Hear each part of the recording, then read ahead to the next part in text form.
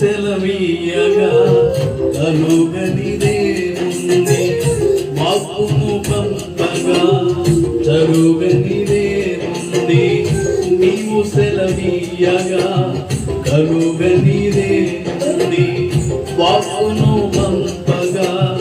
జరుగనిదేముంది సకలము నీదేనయ్యా శ్రీమంతుడా స్తుతి నీకు పాడెదనయ్యా సకలము నీదేనయ్యా శ్రీమంతుడా స్తుతి నీకు పాడెదనయ్యా సమకూర్చువాడయ్యా నీ పిల్లలకు సమకూర్చువాడవయ్యా